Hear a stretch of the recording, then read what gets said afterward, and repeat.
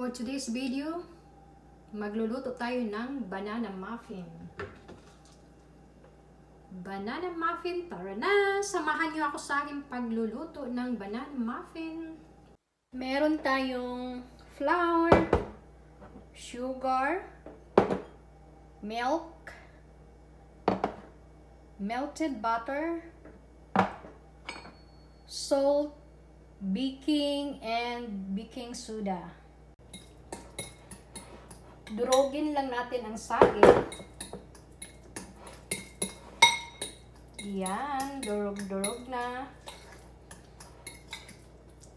Sama sa pagdurog niya ng aking puso.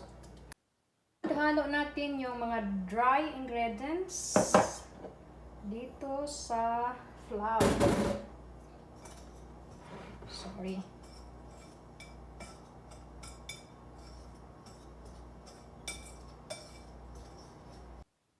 Sunod natin ang gatas, ang melted butter, then paghalo yung saging na dinurog. Yan. Brown sugar pala gamit ko dito. Brown sugar. Hindi ako nagamit ng white sugar. Then, mix together yung saging at saka yung lahat ng ingredients. Ihalo na natin. Yan. Mix together. Vanilla na konti. Konting-konti lang para mabango siya. Pero mabango naman yung saging. Natin ang ating oven to 350. Yan.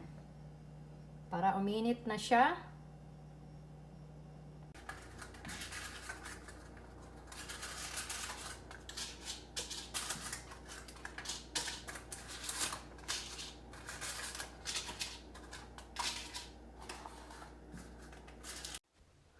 So, ayan.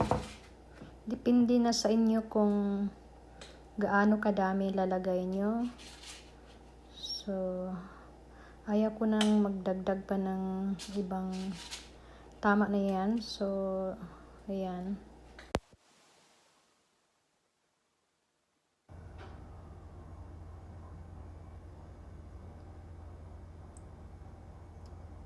Nilagyan ko pala ng chocolate chips yung iba.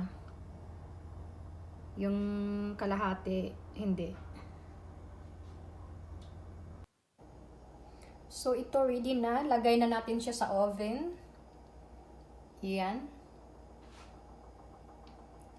Titingnan natin mamaya ang resulta ng ating banana muffin.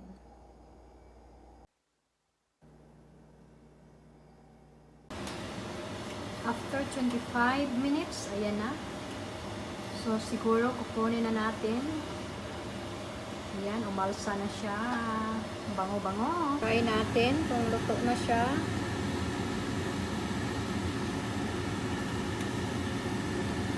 Ayan, okay na.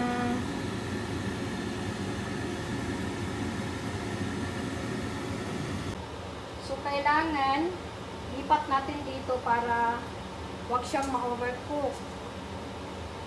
Kasi titigas yung ating muffin kung ma-overcook. Ito na ang ating banana muffin. Ayan. Wow. Diba? Huwag niyong sayangin yung mga saging niyo dyan.